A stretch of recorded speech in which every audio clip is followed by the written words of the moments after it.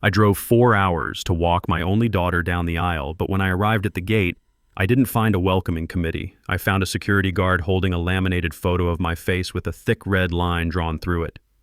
Beneath my picture were 4 words that ended my fatherhood forever: do not let in. I didn't scream. I didn't beg. I simply turned my truck around and made one phone call.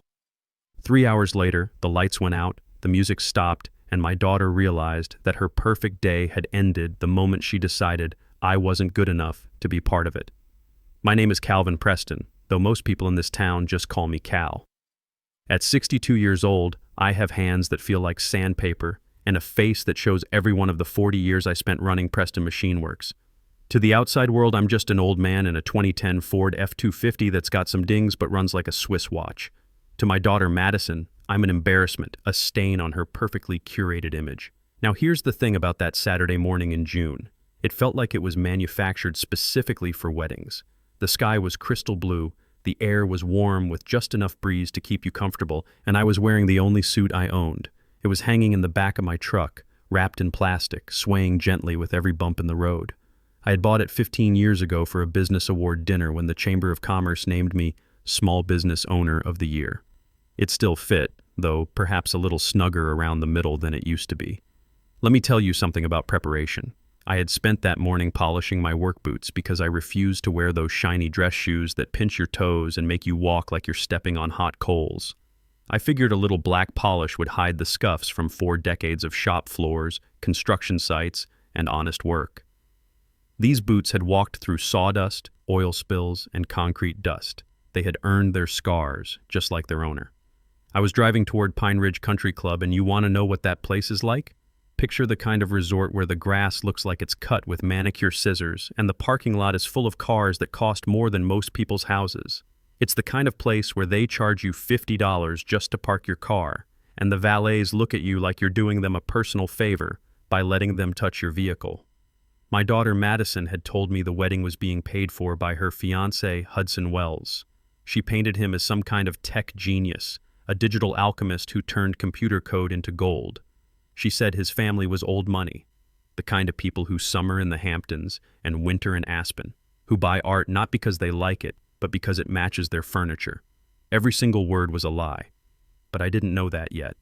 I turned off the main highway and onto the private drive lined with oak trees that probably cost more to maintain than most people make in a year. My truck rumbled past Teslas and Mercedes like a freight train rolling through a toy store. The sound of my diesel engine seemed to announce to everyone within earshot that someone who didn't belong was coming through. I could see the valet stand ahead, staffed by young men in white jackets who looked like they'd never held anything heavier than a smartphone in their lives. Here's what I felt in that moment: a swell of pride in my chest. Not because of the luxury surrounding me, but because my little girl was getting married. Despite the distance that had grown between us over the last few years, despite the missed phone calls and the increasingly awkward visits where she seemed embarrassed by everything I said or did, I was still her father. I had raised her from the time she could barely walk, taught her how to ride a bike, how to change a tire, how to use basic tools. I was the one who worked double shifts to pay for her college education. You want to know what I had in my pocket that day? A check for $25,000. It was a cashier's check made out to Madison and Hudson Wells, my wedding gift to help them start their new life together. I had worked a lot of overtime hours to save that money. It represented months of getting up before dawn, staying late at the shop, taking on weekend projects I didn't really want to do. But that's what fathers do. We sacrifice our comfort for our children's happiness. I pulled up to the security checkpoint, and let me tell you, this wasn't just some simple gate with a guy in a folding chair. This was limestone and wrought iron architecture that looked like it belonged guarding a castle in Europe. The security booth was bigger than some people's bedrooms, complete with tinted windows and electronic equipment that probably cost more than my truck. A security guard stepped out of the booth, and I could tell immediately this wasn't going to go well. He was a big man wearing a uniform that was too tight around his gut, with sunglasses that hid his eyes even though we were standing in the shade.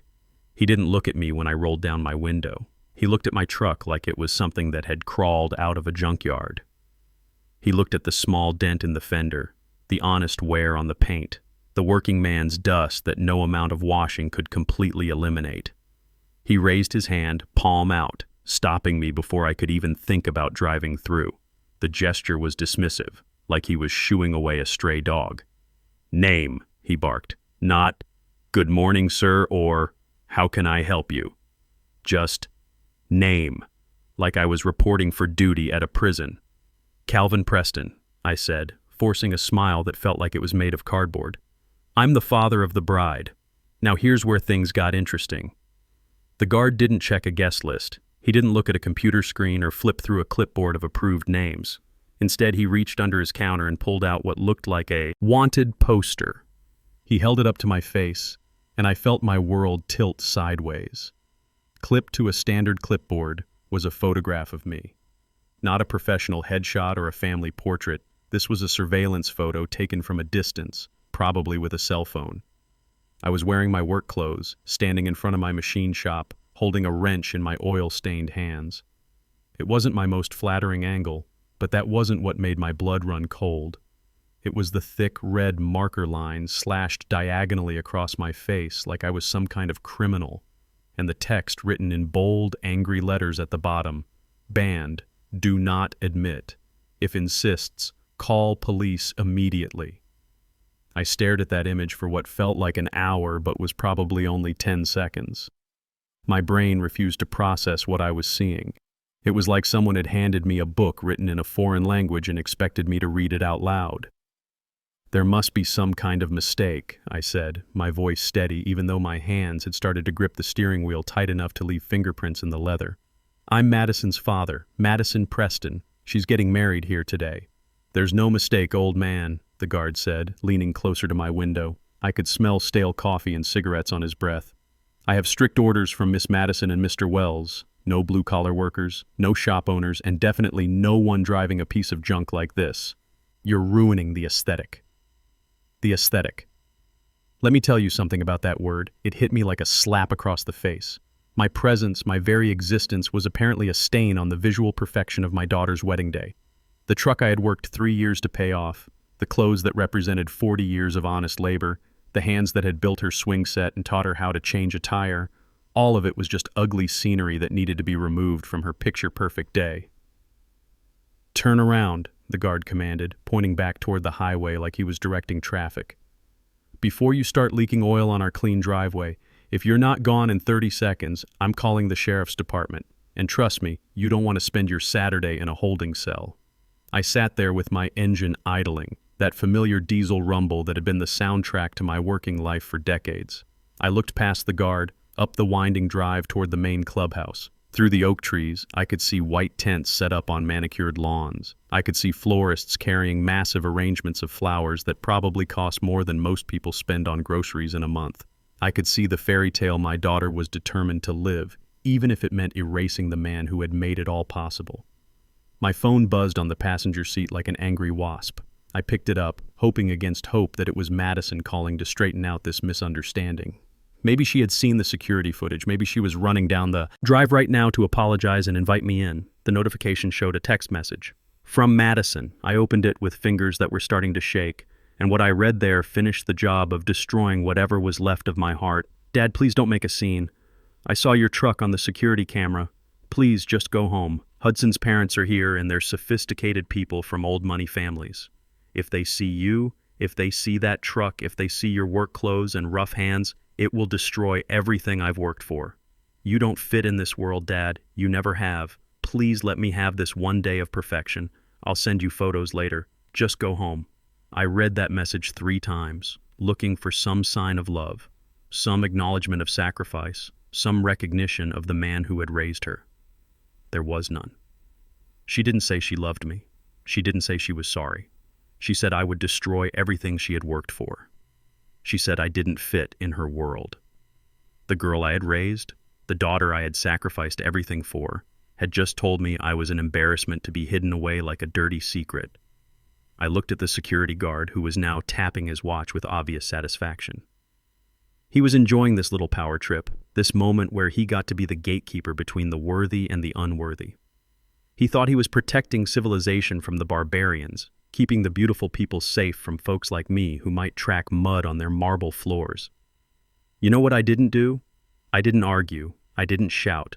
I didn't try to explain that I had poured the concrete foundation that his fancy guard booth sat on 20 years ago when I was subcontracting for the original construction company. I didn't tell him that I knew the owner of Pine Ridge by his first name, or that we'd shared more than a few beers talking business over the years. I simply looked at him and nodded.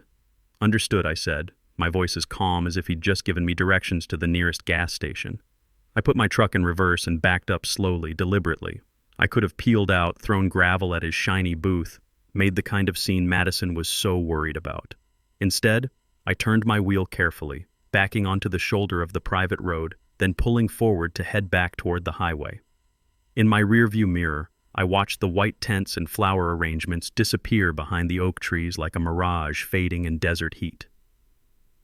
The drive away from Pine Ridge was the longest 5 miles of my life. I didn't turn on the radio because I needed the silence to think. I needed to process the fact that the little girl I had carried on my shoulders during 4th of July parades, the kid whose skinned knees I had bandaged with cartoon band-aids, the teenager I had taught to drive in this very truck, had just decided I wasn't good enough to breathe the same air as her new in-laws. Here's what really got to me. The memory of 2 weeks ago when Madison had brought Hudson to meet me for the first time. They had shown up unannounced at my shop, pulling into my parking lot in a rented Porsche that probably cost more per day than most people make in a week. Hudson had stepped out of that car wearing a suit that looked like it cost more than my mortgage payment, and he'd looked at my life's work like it was something that needed to be condemned by the health department. "So this is the garage," he had said, not bothering with introductions or handshakes. Just stood there calling my precision machine shop, a business that had supported my family for 30 years. A garage. Madison had laughed, that nervous, high-pitched giggle she used when she was embarrassed. "I know," she'd said, grabbing Hudson's arm like she was steadying herself. "I keep telling Dad he should sell this place. The property is worth something even if the building isn't. We could use that money for your crypto investments, Hudson. Dad would finally be useful for something." I was standing right there, holding 2 cold Cokes I'd gotten from the vending machine, and I heard every word. Useful. That's what 40 years of building a business from nothing had earned me in my daughter's eyes. The possibility of being useful as a liquidated asset. That day, I had swallowed my pride and played the gracious host. I had listened to Hudson brag about his tech company, his revolutionary algorithms, his future billions.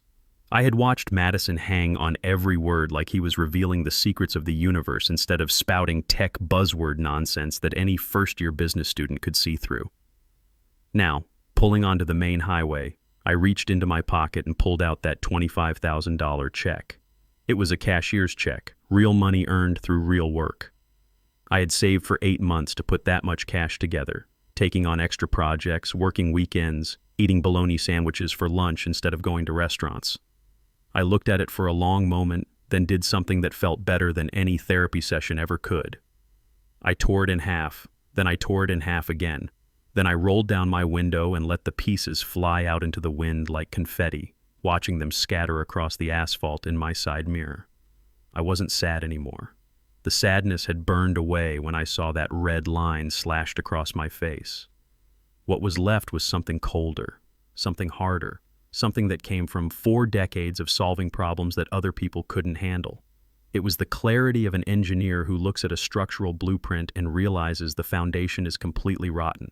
When a building has a rotten foundation, you don't paint over the cracks and hope for the best. You don't try to patch it with duct tape and good intentions. You tear it down and start over. That's what 40 years in construction and manufacturing had taught me, and that's exactly what I was about to do to my daughter's perfect little fantasy. I reached for my phone, scrolling through the contacts until I found the name I needed, Wesley Morrison. Now, most people think Wesley is just my lawyer, the guy who handles my contracts and keeps me out of legal trouble. But Wesley is much more than that. He's the keeper of secrets, the man who manages what I like to call my invisible empire, all the investments and holdings that Madison doesn't know exist. See, here's what my daughter and her fraud of a fiancé never bothered to figure out. They judged me by my appearance. They looked at my work truck and saw poverty. They looked at my shop clothes and assumed I was just another blue-collar guy living paycheck to paycheck. They made the fatal mistake of thinking that because I lived modestly, I was poor. They couldn't have been more wrong. I pressed Wesley's number, and he answered on the second ring, probably because he recognized my truck's Bluetooth system calling. Cal, everything all right? The ceremony should be starting in about an hour. You should be walking Madison down the aisle right about now. The ceremony isn't happening, Wesley, I said, my voice steady as a laser level. At least not the way they planned it. I want you to pull the file on today's Pine Ridge event, the Madison Preston and Hudson Wells wedding. I could hear papers rustling on his end. Wesley was the kind of lawyer who still kept physical files because he said you never knew when the computers might go down and you'd need actual documents you could hold in your hands. I've got it right here, Wesley said. You paid the full invoice last month. $85,000 under the anonymous benefactor clause, just like you requested. Madison still thinks Hudson's family covered all the expenses. Correction, I said, watching the countryside roll past my windshield. I want you to activate Clause 12B of the ownership agreement. There was a long pause on Wesley's end. I could practically hear him flipping through pages, looking for the specific language we'd written into the contract years ago. Clause 12B. Wesley's voice had changed from casual to serious. Cal, are you absolutely sure about this? That's the nuclear option. That's the immediate event termination clause that states ownership can shut down any function instantly if the primary investor is denied access or treated with disrespect by the beneficiaries. Once I activate this, there's no taking it back. I'm sure, I said. I was refused entry at the gate, Wesley. There's a laminated poster with my picture on it marked banned in red letters. The security guard had orders from Madison and Hudson to keep me out because I might ruin the aesthetic. The silence that followed was so complete, I thought the call might have dropped. Then Wesley started laughing, but it wasn't humor. It was the bitter sound of a man who's seen too much human foolishness in his 30 years of practicing law. Jesus Christ on a pogo stick, Wesley finally said. They banned the man who owns 60% of the property. They banned the guy who's been subsidizing that place for 15 years. Cal, do they have any idea what you're worth? Not a clue, I said. Madison thinks I'm just an old mechanic who got lucky selling his little shop. She has no idea that I sold Preston Machine Works for $2.8 million 8 years ago, or that I've been building a real estate portfolio ever since. She doesn't know about the 2 industrial buildings downtown that generate $8,000 a month in rental income. And she definitely doesn't know that when Pine Ridge was struggling financially 6 years ago, I became their majority stakeholder to keep the place from going bankrupt. Wesley was typing now. I could hear his fingers flying across his keyboard. So let me get this straight. Your daughter is getting married at a venue that you essentially own, using money that you provided, and she's banned you from attending because you might embarrass her in front of people who are probably financing their lifestyles with credit cards and delusions. That's about the size of it, I said. Now shut it down, Wesley. I want you to call Spencer Clark, the general manager. I want you to call the catering company and tell them the account is frozen. I want you to call the band and inform them their services are no longer needed. Pull the plug on everything right now. Cal, you realize the wedding is in progress. There are probably 150 guests seated. The bride is in her dress. The flowers are arranged. If we do this, it's going to be complete chaos. I know exactly what it's going to be, I said, feeling calmer than I had in hours. It's going to be educational. Do it, I said. Pull the plug on everything. And Wesley, one more thing. I want access to the security camera feeds. If I can't be there to see my daughter's big day in person, I want to watch it unfold from the comfort of my living room. Consider it done, Wesley said, and I could hear the grim satisfaction in his voice. I'll have the login credentials sent to your email within 10 minutes. Cal, for what it's worth, I think you're doing the right thing. Sometimes people need to learn the hard way that actions have consequences. I hung up and pointed my truck toward home. I had 20 minutes to get there, pour myself a bourbon, and settle in for what was going to be better entertainment than anything Hollywood had produced in years. They wanted a wedding without me. They were about to get exactly what they asked for. But they'd forgotten one crucial detail. Weddings cost money, and the Bank of Dad had just permanently closed its doors. By the time I pulled into my gravel driveway, Wesley had already worked his magic. My tablet was chiming with new email notifications, including the security access codes for Pine Ridge's camera system. I walked into my house, 2,400 square feet of solid construction that I'd built mostly myself on weekends when Madison was in high school, and went straight to my home office. The walls of that room told the story of my real life. There were framed business licenses, awards from the Chamber of Commerce, photos of construction projects I'd managed over the years. In the corner sat a small safe, the kind that looks like a filing cabinet but could survive a house fire. That safe contained the truth about Calvin Preston. Stock certificates, property deeds, investment portfolios, and bank statements that would have made Madison's jaw hit the floor if she'd ever bothered to look. But she never asked about my finances. She never wondered how a simple mechanic could afford to help her with rent when her mysterious boyfriend's checks didn't clear. She never questioned where the money came from when she needed a new car or when medical bills piled up. She just assumed I was scraping by on a pension, maybe getting a little help from Social Security. The idea that her embarrassing blue-collar father might actually be wealthy never crossed her mind. I poured 3 fingers of bourbon, not the expensive stuff that Hudson probably drank, but honest whiskey that burned on the way down and tasted like truth, and opened my tablet. The Pine Ridge security system was military grade. I should know, since I'd approved the budget for it during one of the ownership meetings Madison knew nothing about. I logged into the camera feeds and selected the main ballroom. The image that appeared on my screen was magnificent in its excess. Crystal chandeliers hung from vaulted ceilings like frozen fireworks. Tables were set with gold-rimmed plates and enough silverware to outfit a restaurant. Waiters glided between guests carrying trays of champagne that probably cost more per bottle than most people spend on groceries in a week. And there was Madison, my daughter, standing near the head table in her $3,000 wedding dress. She looked radiant, absolutely glowing with happiness and relief. She was laughing with her bridesmaids, holding a glass of wine, completely convinced that she had pulled off the social coup of the century. She had successfully erased her embarrassing past and bought herself a ticket into the upper class. I zoomed in on Hudson, who was standing with a group of well-dressed men, gesturing expansively with his champagne glass. Even through the security feed, I could see the sheen of nervous sweat on his forehead. He was in his element, or at least the element he desperately pretended to belong to. He looked like a man who owned the world, when in reality, he was about 3 hours away from discovering that you can't pay gambling debts with borrowed confidence. Then I spotted them, the older couple sitting at the head table, the distinguished pair that Madison had described as Hudson's sophisticated parents. The man wore an expensive tuxedo and had the kind of silver hair that spoke of good breeding and better investments.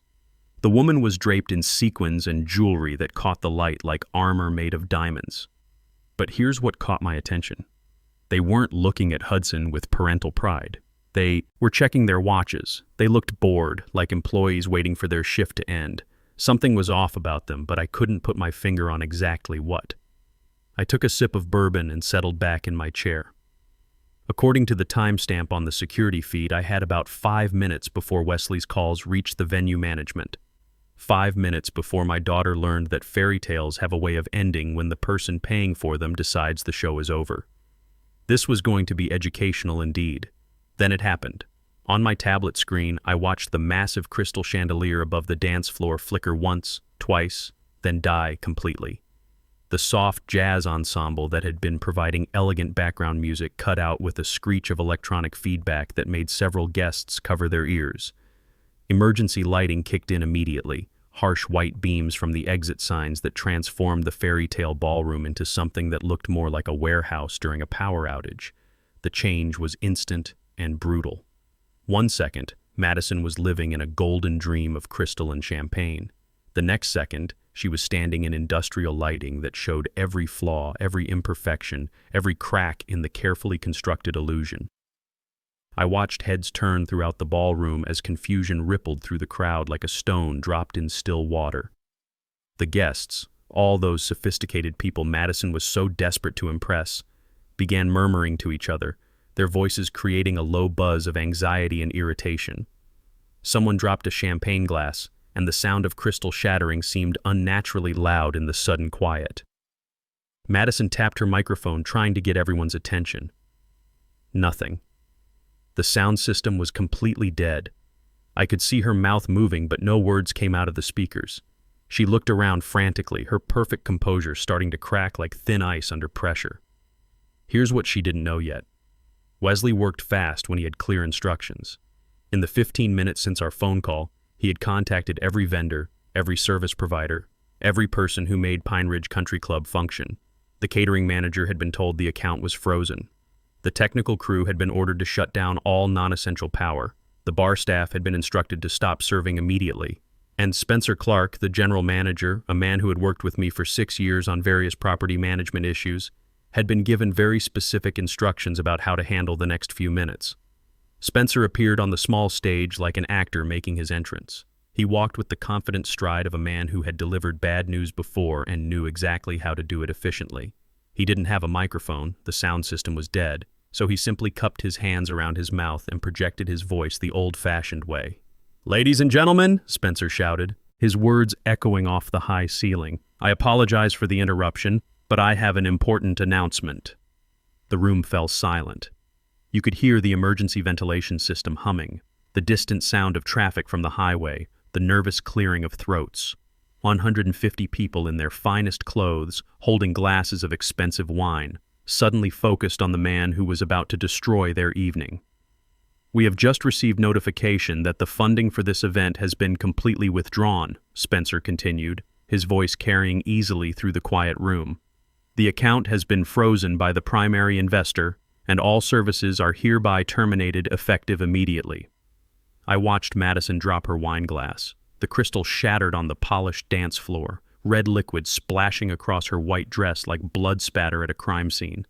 The stain spread across the silk fabric, ruining what had been picture-perfect just moments before. "This is a private facility," Spencer announced, consulting the tablet in his hands. "Without confirmed payment authorization, we cannot continue providing any services. The kitchen has been closed. The bar has been closed. We are requesting that all guests vacate the premises within 20 minutes.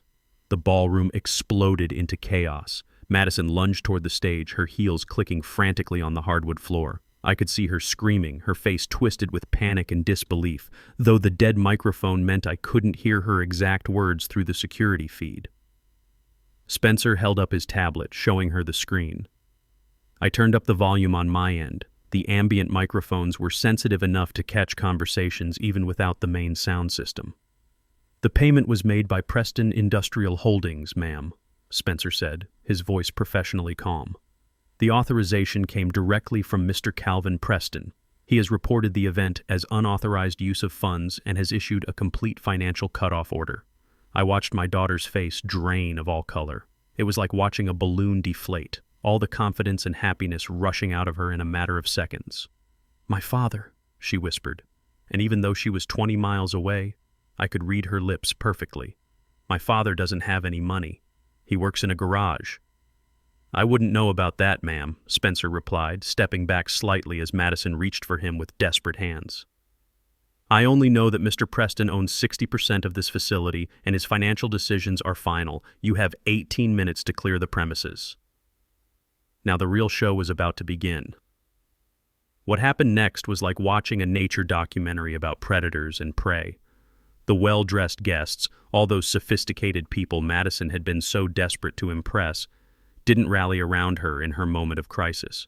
They didn't offer comfort or support or even basic human decency. They grabbed their purses and started heading for the exits like rats abandoning a sinking ship. I watched through the security feed as women in $5,000 gowns pushed past each other to reach the doors. Men in custom tuxedos were shouting into their phones, demanding their drivers come pick them up immediately. These weren't friends. They were an audience, and the show had just been canceled. The waitstaff, meanwhile, moved with military efficiency. They weren't carrying trays of food anymore. They were wheeling out bus tubs and clearing tables with the speed of a NASCAR pit crew. Wesley had clearly been thorough in his instructions. Plates of untouched appetizers disappeared into bins. Bottles of wine that cost more than most people's car payments were whisked away before guests could grab them. But here's where it got really interesting. I watched the two distinguished older people at the head table, Hudson's supposed parents, stand up. They didn't look panicked like everyone else. They looked annoyed, like employees whose shift had ended early and who wanted to collect their paychecks and go home. The man loosened his tie and checked his watch with obvious irritation. The woman opened her designer purse and pulled out a pack of cigarettes, lighting one right there at the head table. The flame from her lighter illuminated a face that was nothing like the refined matriarch she'd been playing all evening. I turned up the volume on my tablet. The security system's ambient microphones were sensitive enough to pick up conversations, and what I heard next was worth the price of admission. "Look, honey," the man said to Madison, who was still standing in the middle of the dance floor looking like a deer caught in headlights. Our contract says we get paid at the end of the event or at 9 p.m., whichever comes first. It's only 8:20, but the event's technically over, so we need our money." Madison blinked at him like he was speaking ancient Greek. "What contract?" "The acting contract," the woman said, blowing smoke toward the dead chandelier. "I'm Linda Anderson. This is Gary Mitchell. We're from Central Casting. Your boyfriend hired us through the talent agency to play his parents for the weekend. Nice gig, by the way. $200 an hour plus expenses. You want to know what absolute devastation looks like? It looks like Madison Preston in that moment. The realization was hitting her in waves, each one worse than the last. Not only was her husband a fraud, but his entire family was a performance she'd paid to watch. "Actors?" she whispered, loud enough for the microphones to catch. "You're actors?" "Professional performers," Gary corrected, adjusting his rented tuxedo. "You might recognize me from the Tri-County Ford commercials. I'm the guy who says no money down, no payments till January. Linda here does pharmaceutical ads. She's the grandmother in the arthritis cream commercial who goes dancing after taking her pills. One of Madison's college friends, a girl in a bridesmaid's dress who looked like she'd stepped out of a magazine, gasped loud, enough for everyone to hear. Wait, you told me your in-laws made their fortune in offshore oil drilling. We talked about petroleum futures for 20 minutes. Gary shrugged with the casual indifference of a man who'd played dozens of roles. I improvised. That's called method acting. I Googled it in the parking lot. The phones came out then, not to call for help, but to record. The guests, Madison's carefully curated social circle, weren't rushing to her aid. They were documenting her humiliation for posterity. I watched as dozens of small screens lit up the darkened ballroom like fireflies surrounding roadkill. "Oh my God, you guys," one of the bridesmaids said, holding up her phone for a selfie video with Madison sobbing in the background. "You will literally not believe what's happening right now. The groom has disappeared, the parents are paid actors, and the bride just got evicted from her own wedding. I am shaking. This is the most insane thing I have ever witnessed." Madison heard her. She spun around, looking at the girl she'd considered a close friend. "Paige, please don't post that. Please." But Paige was already typing hashtags. #wedding fail, #drama, alert, fake parents, #bride disaster. Madison wasn't just being humiliated, she was going viral. "Now," Linda said, stubbing out her cigarette on the linen tablecloth, "we need to settle our bill. Hudson owes us $1,600 for the weekend, and since he seems to have vanished, that debt transfers to you as his legal wife." "I don't have that kind of cash," Madison sobbed. "Then we'll take the jewelry," Gary said, pointing at her necklace and earrings. "Those diamonds should cover our fee." Madison's hand went to her throat. Hudson said these were vintage. They belonged to his grandmother. Linda examined the jewelry with a practiced eye. "Honey, I've been in show business for 30 years. Those are cubic zirconia from a mall kiosk. Your Prince Charming bought you fake jewels to match his fake life." The crowd that had gathered around the actors and Madison wasn't trying to help. They were cheering like spectators at a gladiator match. "Give them the ring! Give them the ring!" they chanted, their voices echoing in the harsh emergency lighting. These people, Madison's social circle, the ones she'd banned her own father to impress, had turned into a mob demanding blood.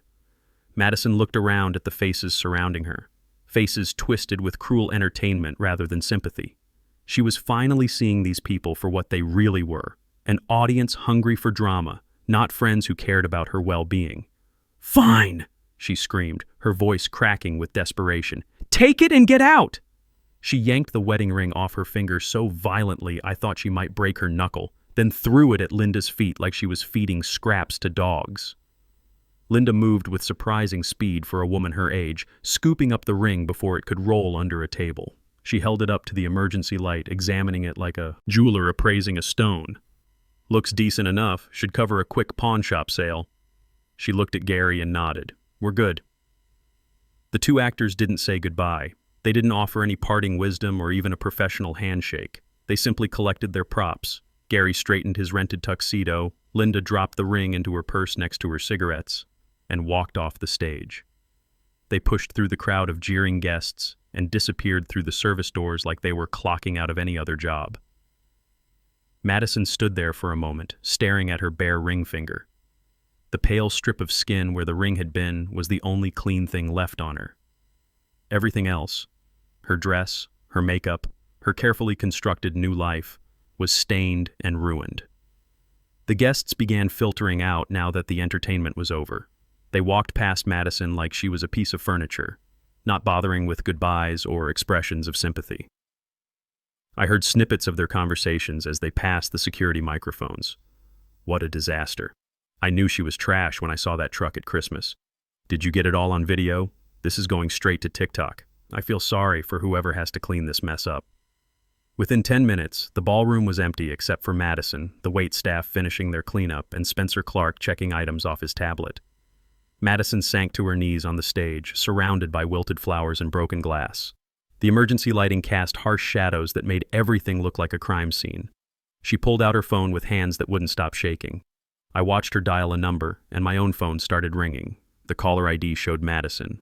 I looked at it for a long moment, then let it go to voicemail.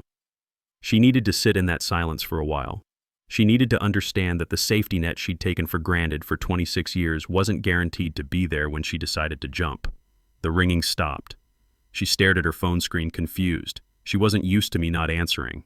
For her entire life, I had been the reliable constant, the man who answered every call, fixed every problem, paid every bill she couldn't handle. But tonight, that line was disconnected. Madison stood up, kicked off her expensive shoes, and started walking toward the exit. She left those $800 heels lying on the dance floor like abandoned hopes. The staff would probably throw them in the trash with the rest of the wedding debris. I switched camera feeds, following her progress through Pine Ridge's security system. I watched her walk through the elegant lobby past oil paintings and marble columns that she'd never see again. I watched her push through the heavy glass doors and step into the night air. The last camera caught her at the property line, standing under a streetlight at the edge of the main road. She looked back once at the clubhouse, all lit up with its exterior lighting, looking like a fairy tale castle in the distance. Then she turned and started walking toward town. 5 miles. That's how far it was from Pine Ridge Country Club to my house. 5 miles of county road with no sidewalks, no streetlights, and no mercy for a woman in a wedding dress who'd never walked further than from her car to a shopping mall entrance. I could have called her back. I could have driven to Pine Ridge and picked her up. Every fatherly instinct I had was screaming at me to get in my truck and go rescue my little girl from the consequences of her choices. But that's exactly what had gotten us here in the first place, me solving her problems instead of letting her learn to solve them herself. She had walked out of my life the moment she put up that "Do Not Admit" sign. Now she could walk back into it, literally, if she wanted to earn her way home. I closed the tablet and walked to my front door. I unlocked it but left the security chain engaged. She was coming home, but home wasn't going to be the refuge it used to be. It was going to be a classroom, and the lesson was about to begin. 45 minutes later, I heard what I'd been waiting for, the sound of bare feet on gravel, slow and uneven. Madison had walked the entire 5 miles from Pine Ridge to my house in the dark, in a torn wedding dress, with nothing but her pride and stubbornness to keep her company. I could hear her breathing through the door, ragged and wet, like someone who'd been crying and walking for the better part of an hour. Then came the pounding, not a polite knock. This was desperate, frantic hammering on solid oak by someone who knew the wolves were circling. "Dad!" she screamed, her voice raw and broken. "Dad, open the door, it's me, please!" I stood on the other side of that door with my hand resting on the deadbolt, listening to my daughter fall apart. Every parental instinct I had was telling me to throw the door open, pull her inside, wrap her in a blanket, and tell her everything would be okay. But that's exactly what had gotten us here, me fixing her problems instead of letting her face the consequences of her choices. "Open the door," she yelled, slamming her palm against the wood. "Hudson left me. The whole thing was fake. Everyone left me. Please just open the door." I unlocked the deadbolt, but I kept the security chain engaged. The door opened just 4 inches. Enough for her to see me, enough for me to see the wreckage of what used to be my daughter. The slice of her face visible through the gap was a portrait of devastation. Her hair was matted with sweat and road dust. Her makeup had streaked into black rivers down her cheeks. Her $3,000 dress was torn at the shoulder and stained with wine, mud, and God knows what else from her walk down county roads. She shoved her hand through the gap, trying to reach the chain, her fingers clawing at empty air. "Let me in. My feet are bleeding. I walked 5 miles. Just let me in." "You can't come in, Madison," I said, my voice as level as if I was telling her the weather forecast. She stopped clawing and pressed her eye to the crack, staring at me with wild disbelief. "What did you say?" I said. "You can't come in. You made it very clear that I don't fit into your life. You put up a sign with my picture on it. You hired security to keep me out. You drew a line in the sand. Well, this threshold is that same line. You stay on your side." She let out a sound that was half laugh, half scream, the kind of noise someone makes when reality finally crashes through their delusions. "Are you insane? I'm hurt. Hudson was a fraud. He stole everything, and now you're going to leave me on the porch like a dog?" "I didn't steal anything, Madison," I said calmly. "I just stopped paying for your lies. There's a difference." She slammed her shoulder against the door, making the chain rattle against its mount. I had installed that hardware myself with 3-inch screws driven into solid oak. It wasn't going anywhere. "You ruined my wedding," she screamed. "You destroyed my life because I hurt your feelings." "I didn't ruin your wedding," I corrected her. "I just stopped funding it. Hudson ruined your wedding when he decided to marry you for access to money he thought I had hidden somewhere." "What money?" she sobbed. "You don't have any money. You work in a garage. You live in this—" She gestured wildly at my house. "You drive a 20-year-old truck." I reached into my shirt pocket and pulled out a folded piece of paper, a bank statement I'd printed before she arrived. I slipped it through the crack in the door. "Read it." Her hands were shaking so hard she could barely unfold the paper. When she did, I watched her eyes scan the numbers. The checking account balance showed $847,000. The investment portfolio summary showed $3.2 million in diversified holdings. The real estate assets listed 2 commercial properties worth a combined $1.8 million. She dropped the paper like it was on fire. "This is fake. You made this up." "Madison, I have $4.2 million in total assets," I said, each word hitting her like a physical blow. "I own this house free and clear. I own 2 industrial buildings downtown that generate $8,000 a month in rental income.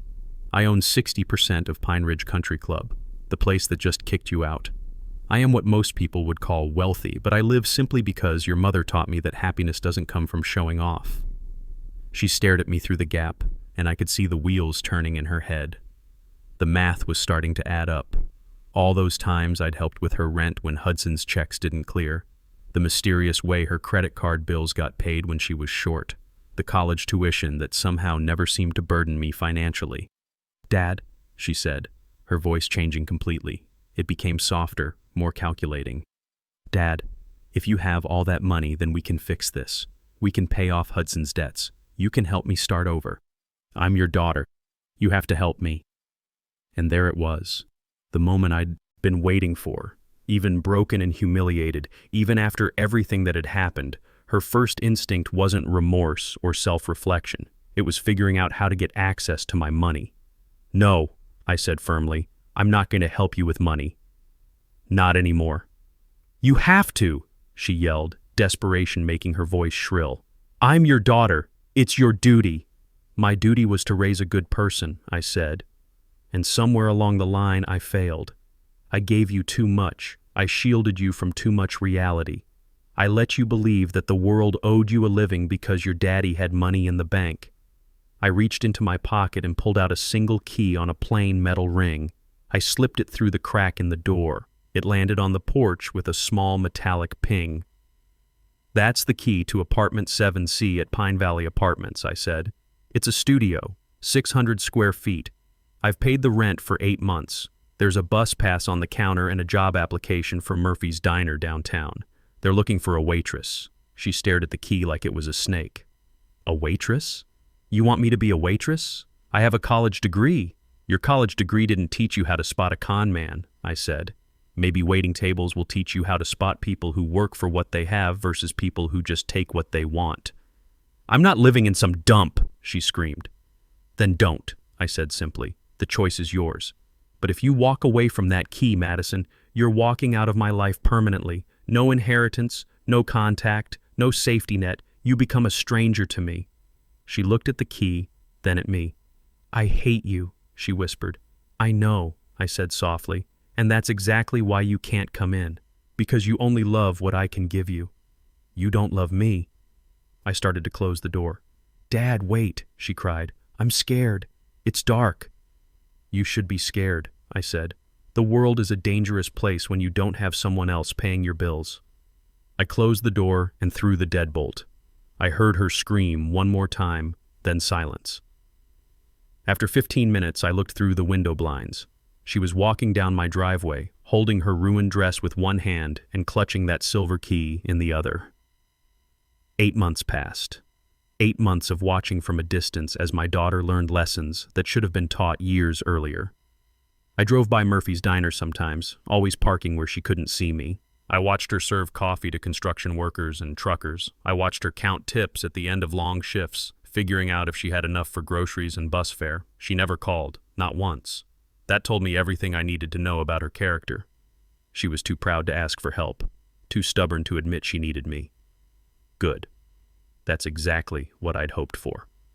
On a Tuesday morning in February, exactly 8 months after her wedding disaster, I walked into Murphy's Diner at 7 a.m. The breakfast rush was winding down and the place smelled of honest food. Bacon, coffee, and the kind of simple cooking that fills your stomach without emptying your wallet. Madison was behind the counter wiping down the coffee machine. She had lost the soft look of someone who'd never done physical work. Her hands were no longer manicured. They were working hands now, like mine. She looked up and saw me.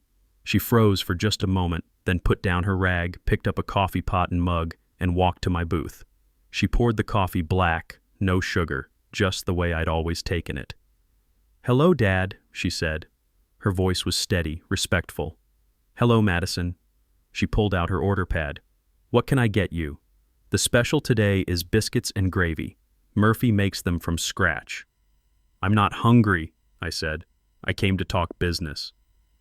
I reached into my jacket and pulled out a manila envelope, sliding it across the table. "Open it." Inside was a job offer.